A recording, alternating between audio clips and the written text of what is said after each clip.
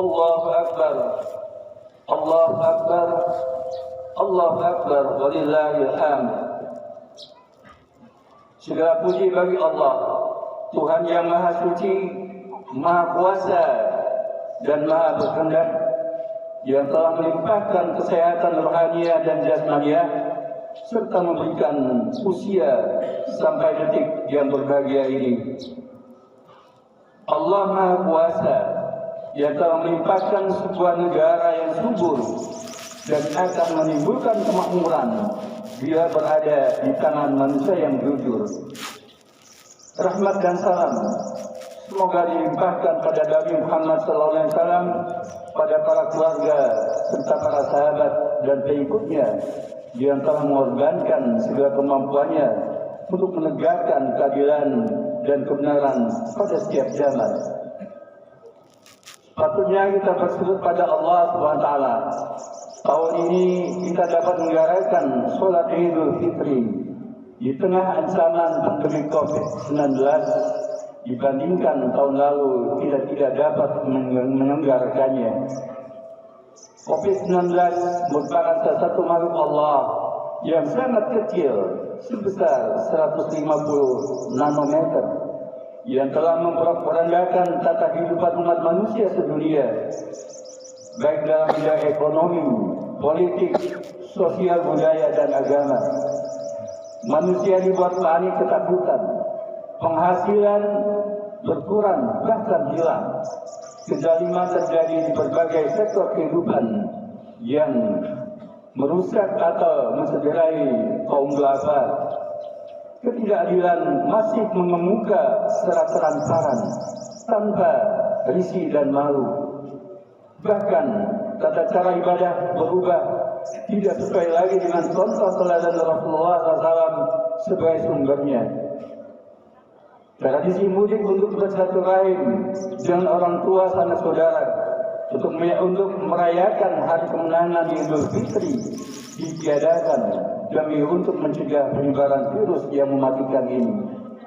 Sementara bangsa lain, jika Cina berasal dan mulanya ada virus tersebut, berdatangan untuk memenuhi target 12 juta orang untuk mengisi lapangan kerja yang ada di NKRI. Demikian informasi yang ada di mass media cetak maupun elektronik. Kaum muslimin rahimakumullah, Allahu Akbar, Allahu Akbar, walillahil hamd. Satu etapa pengabdian pada Allah melalui puasa Ramadan, alhamdulillah telah lulus kita lalui. Hari ini bukan hanya pakaian kita yang baru dan bersih, insya Allah hati kita pun menjadi baru dan cemerlang lantaran pancaran takwa serta kesucian diri yang kita raih melalui ibadah puasa serta amalia Ramadan lainnya. Dengan selesainya melaksanakan puasa, mulai saat ini kita memasuki babak baru untuk memulai kembali etapa-etapa peribadahan selanjutnya serta tugas kehidupan lainnya. Ia dapat kita terbentang luas medan perjuangan untuk membangun belantara kehidupan dunia yang penuh keanekaragaman gejolak, situasi dan tantangannya.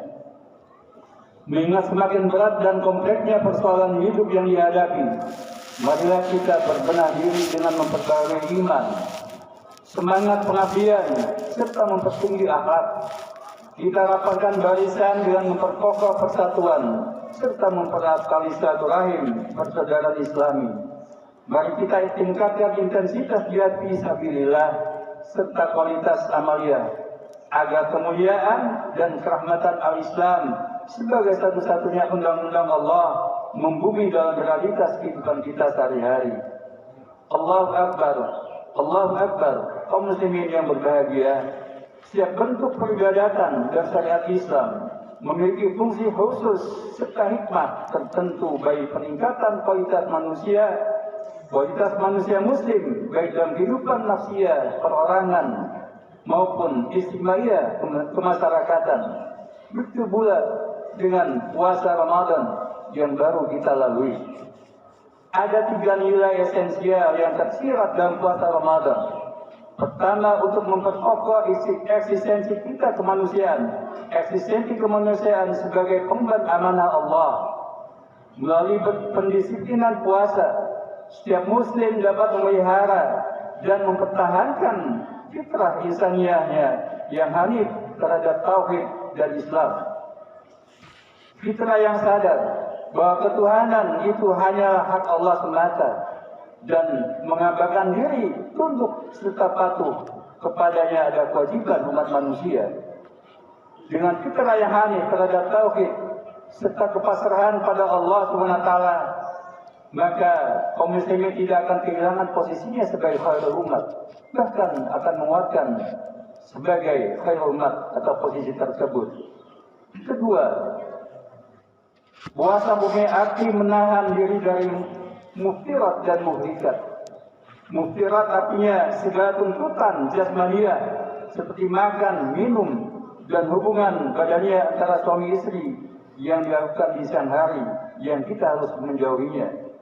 Sedangkan muhrikat adalah semua perbuatan mungkar dan maksiat yang diharamkan, bukan hanya di bulan Ramadan saja, tetapi setiap saat. Dengan puasa dalam arti menahan diri dari muftirat dan muhrikat tadi, manusia akan bebas dari belenggu nafsu dan kekuatan syahwati, sehingga memiliki mekanisme pengendalian diri. Betapa beratnya perjuangan untuk mengendalikan diri ini dari segala tuntutan nafsu syahwati, sehingga dikualifikasikan oleh Rasulullah sebagai jihadul akbar, sebagai perjuangan paling besar. Ketiga, puasa sebagai penyuci diri dan segala dosa dan penyakit ruhania. Puasa menghapus dosa dan membersihkan kotoran jiwa yang menutup pintu hati dari cahaya kebenaran dan rahmat Allah.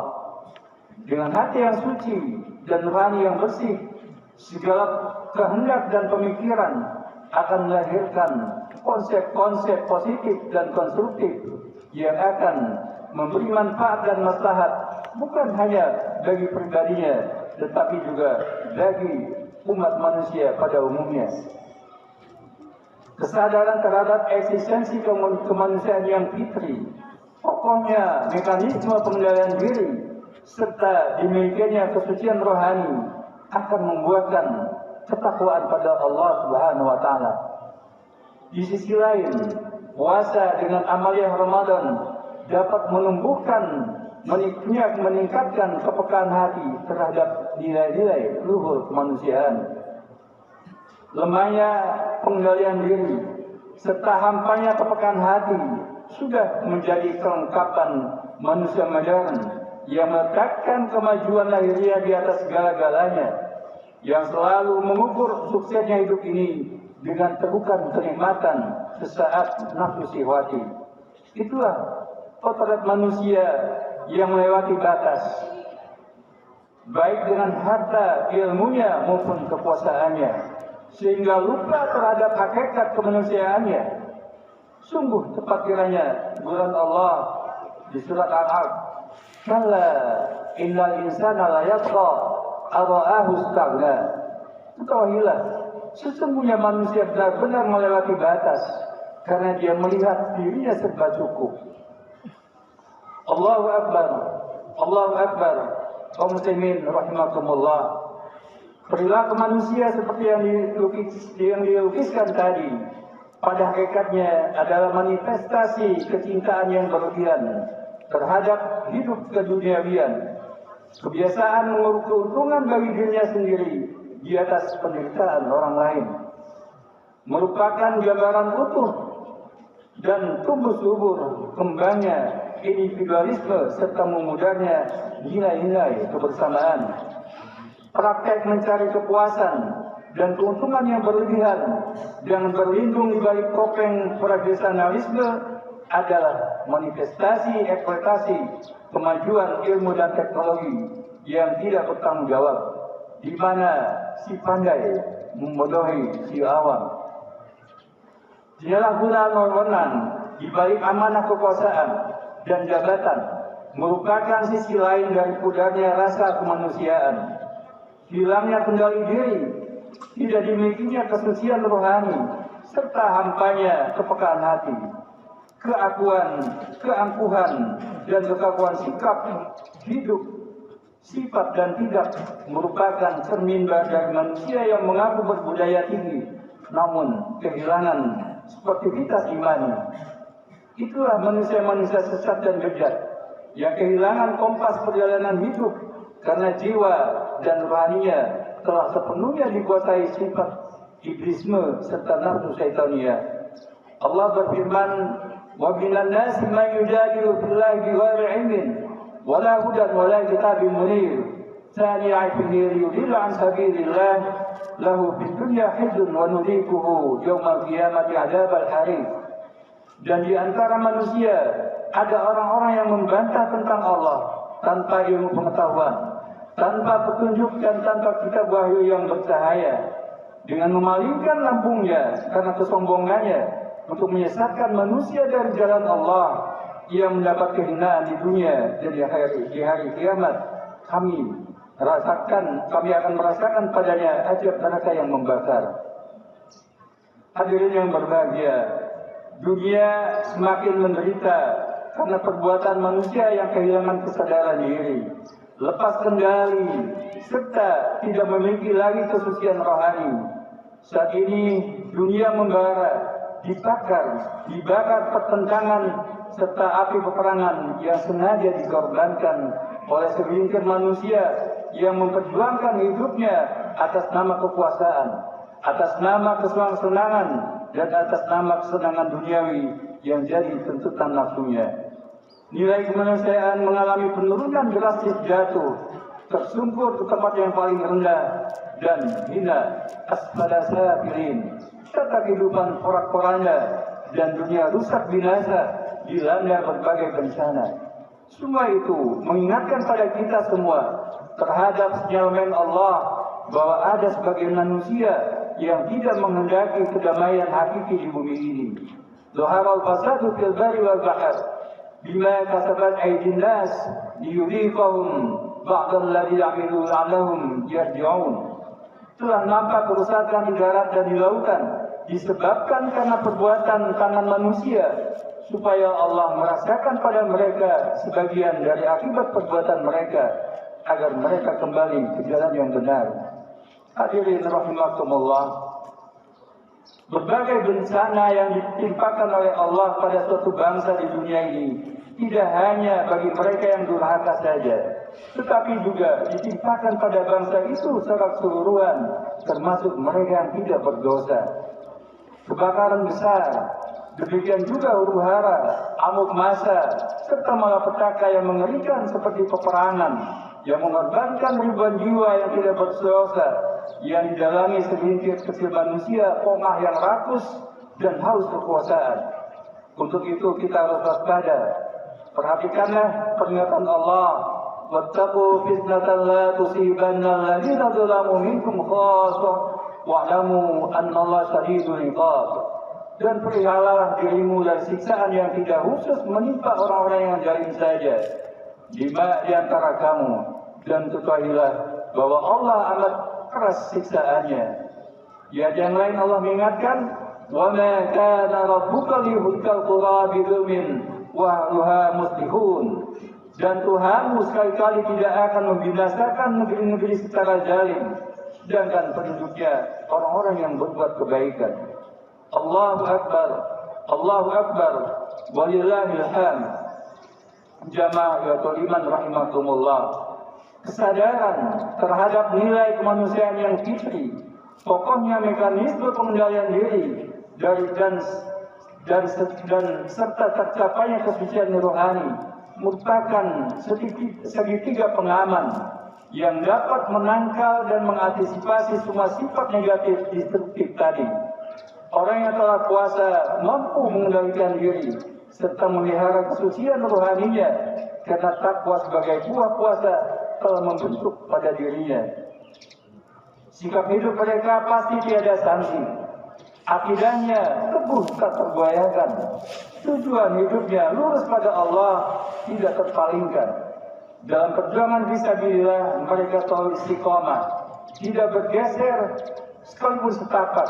tidak tertegun walau sejenak, dan tidak pernah terjerat dalam jebakan kenikmatan sesaat yang sesat. Tujuan hidupnya hanya diarahkan untuk mencapai kebahagiaan hakiki di sisi Allah Subhanahu wa taala. Memang kebahagiaan hakiki hanya di sisi Allah. Adapun kebahagiaan hidup menurut ukuran nafsu hanyalah kebahagiaan semu, penuh tipuan dan kepalsuan. Walaupun secara lahiriah tampak glamor dan menggiurkan, penuh daya pikat yang mempesona, semuanya akan rusak binasa. Allah mengingatkan pada kita, ma indakum yanqadu wa ma 'indallahi baq, wa lanajziyanna alladziina sabaru ajrahum bi ahsani ma kanu ya'malun. Apa yang ada di sisimu akan lenyap, dan apa yang ada di sisi Allah adalah kekal. Dan sesungguhnya kami akan memberi balasan pada orang-orang yang sabar dengan pahala yang lebih baik dari apa yang mereka kerjakan. Hadirin, kebahagiaan semu, penuh tipuan dan kepalsuan inilah yang memalingkan manusia dari kebenaran, keadilan, dan kejujuran. Allah memperingatkan hambanya agar tidak terperosok ke dalamnya. La yaghurrannaka taqallubul ladzina kafaru fil bilad mata'un qalilun thumma ma'wahum jahannam wa bi'sal mihad. Lakinnal ladzina taqaw rabbahum lahum jannatun tajri min tahtiha al-anhar nuzulan khalidina fiha nuzulan min 'indillah wa ma 'indallahi khairul lil abrar. Janganlah sekali-kali kamu terpedaya oleh kebebasan orang-orang kafir bergerak di dalam negeri. Itu hanyalah kesenangan sementara. Kemudian tempat tinggal mereka ialah jahanam. Dan jahanam itu adalah tempat yang seburuk-buruknya. Akan tetapi orang yang bertakwa pada Tuhannya, bagi mereka surga yang mengalir sungai-sungai di dalamnya, dan mereka kekal di dalamnya sebagai tempat tinggal anugerah dari sisi Allah Subhanahu wa taala. Dan apa yang di sisi Allah adalah lebih baik bagi orang-orang yang berbakti. Allahu Akbar, Allahu Akbar, walillahil hamd. Takwa sebagai buah puasa mempunyai arti tunduk dan patuh pada Allah. Dilaksanakan berdasarkan pada petunjuk kitabullah dan berjalan sesuai dengan tuntunan sunnah Rasulullah. Dengan demikian, hakikat takwa tidak lain kecuali pendisiplinan hidup secara total. Pendisiplinan dalam rangka takwa yang dipancarkan ibadah puasa pada garis besarnya menekankan dalam 3 hal, yakni disiplin moral, disiplin spiritual, dan disiplin sosial. Puasa mendidik manusia tentang pentingnya watak dan sikap jujur sebagai manifestasi keluhuran moral. Puasa tidak hanya menggembleng kejujuran pada Allah dan orang lain, tetapi juga jujur terhadap diri sendiri. Bila kejujuran tertanam kokoh dalam masyarakat luas, insya Allah berbagai penyakit moral dan krisis akhlak akan tergusur hilang dari masyarakat. Berbagai peraturan dan sanksi hukum tidak banyak manfaatnya selama kejujuran belum tertanam kuat dalam masyarakat. Sebaliknya, jika kejujuran tumbuh subur dalam kehidupan pribadi dan masyarakat, maka semua penyakit masyarakat akan layu dengan sendirinya. Berbagai penyakit masyarakat yang tumbuh subur dewasa ini, seperti korupsi, penyalahgunaan wewenang, kenakalan remaja, serta berbagai tindak kriminalitas, semua itu sebagai akibat menipisnya rasa kejujuran. Kejujuran adalah kunci keberhasilan hidup kita dan kunci keberhasilan pembangunan bangsa kita. Allahu Akbar, Allahu Akbar, walillahil hamd. Selain disiplin moral, puasa telah mendidik kita untuk meningkatkan disiplin spiritual. Dengan puasa kita dilatih untuk mengalahkan tuntunan jasmaniah dan memenangkan tuntutan rohaniah.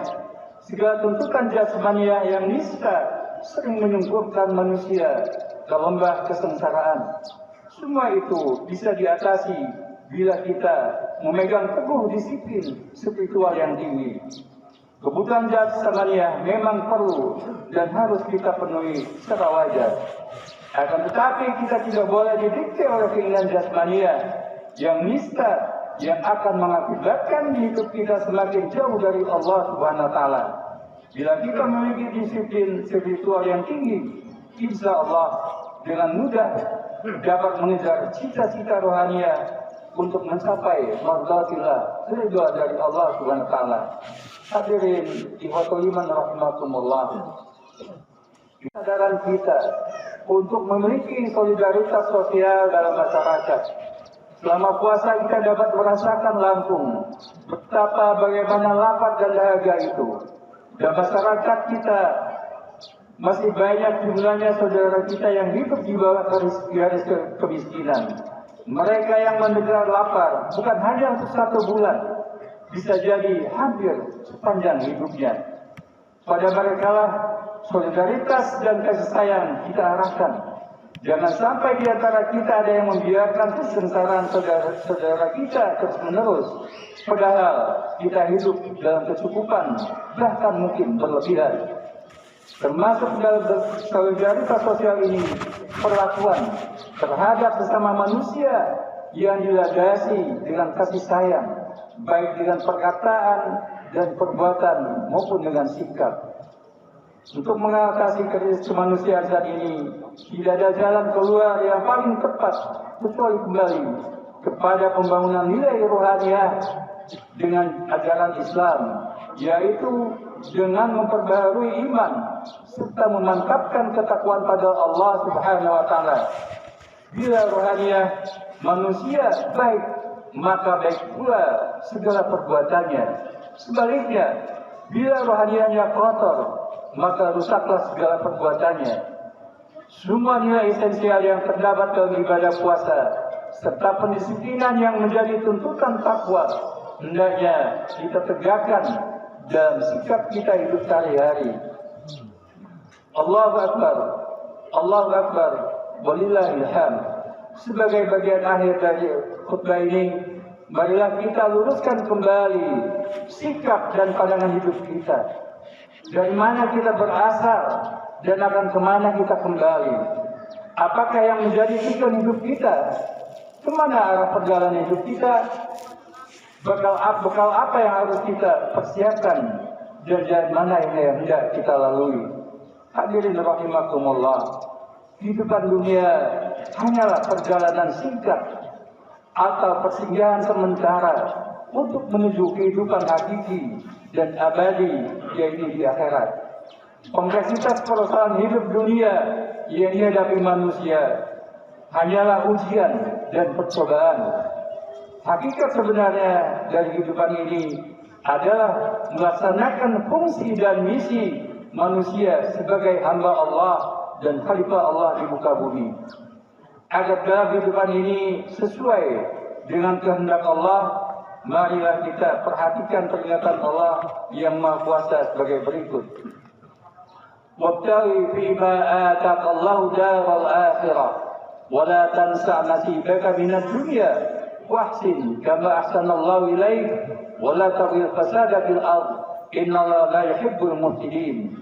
Dan carilah pada apa yang telah dianugerahkan oleh Allah kepadamu kebahagiaan negeri akhirat, dan janganlah kamu melupakan kebahagiaanmu dan kenikmatan duniawi, dan berbuat baiklah kepada orang lain sebagaimana Allah telah berbuat baik kepadamu, dan janganlah kamu berbuat kerusakan di muka bumi. Sesungguhnya Allah tidak menyukai orang-orang yang berbuat kerusakan. Hadirin rahimakumullah. Dari ayat tersebut ada 3 petunjuk Allah yang tersirat pada ayat ini. Pertama, kita harus memanfaatkan semua karunia Allah untuk bekal pengabdian kepadanya dan rangka mempersiapkan kehidupan yang baik di sisinya, yakni akhirat. Kedua, kita harus memelihara kasih sayang dan solidaritas sosial dengan memperbuat amal kebajikan terhadap sesama manusia, yaitu perbuatan ihsan sebagaimana Allah telah memberikan kebaikan pada kita. Dan yang ketiga, memelihara diri, pemikiran, perkataan, dan perbuatan dari semua perkara yang akan menimbulkan kerusakan dan bencana dalam kehidupan ini. Muslim kaum muslimin rahimakumullah. mari kita membaca doa pada Allah SWT. Mudah-mudahan kita diberikan hidayah dan taufiknya. Kita menjalani kehidupan ini selamat dan bahagia sampai akhirat kelak. Allahumma shalli ala sayyidina Muhammadin wa ala alihi wa sahbihi wa tabi'in wa tabi'in bi ihsan ila yaumiddin. Rabbana zalamna anfusana wa illam taghfir lana wa tarhamna lanakunanna minal khasirin. Allahumma ighfir lana wa li ikhwanina alladziina sabaquna bil iman wa la taj'al fi qulubina illa lil ladziina amanu rabbana innaka ra'ufur rahim. Allahumma ighfir lana dhunubana wa liwalidayna warhamhuma kama rabbayana shighara. Allahumma ighfir lil mu'minina wal mu'minat wal muslimina wal muslimat wa alif baina qulubihim wa aslih dhata bainihim wansurhum ala aduwwika wa aduwwihim. Allahumma a'izz al-islam wal muslimin wa adhill ash-shirka wal musyrikin wa dammir a'da'ana a'da' ad-din wa ja'al da'irata sawi 'alaihim ya rabbal alamin. Allahumma ansur ikhwanana al-muslimin wal mujahidin fi Palestin wa fi Suriah wa fi Iraq wa fi kulli makan wal zaman. Allahumma ahlik al-kafarat al-yahuda la'natullah wal musyrikin. Allahumma khallif baina kalimatihim وجازيهم أقدامهم وأنزل بهم بأسك الذي لا يرد عن القوم المسلمين. اللهم دمر اليهود وشتت شملهم وفرق جمعهم. اللهم انصر المجاهدين على أعداء الدين برحمتك يا أرحم الراحمين. Ya Rabb, kami mohon padamu, kabulkan segala permohonan kami padamu, dan kami sangat yakin tidak ada yang sanggup mengangkat kesulitan dan ujian yang diderita saudara-saudara kami di Palestina dan daerah-daerah yang lain, daerah Muslim yang lainnya, melainkan Engkau yang akan menyelamatkan mereka dan memberikan kemenangan. Ya Rabbi, Ya Rabbi, Allahumma ja'al badatan Indonesia badatan aminatan mutmainnah wa barik li ahliha. Allahumma anfa'na al-ghala wal waba wal bala والبحث والمنكر والبغي والسيوف المختلفة والشدائد والمحن ما ظهر منها وما بطن من بلدنا خاصة ومن بلاد المسلمين عامة إنك على كل شيء قدير. وصلى الله على سيدنا محمد وعلى آله وصحبه أجمعين. سبحان ربك رب العزة عما يصفون وسلام على المرسلين والحمد لله رب العالمين. آمين. السلام عليكم warahmatullahi wabarakatuh.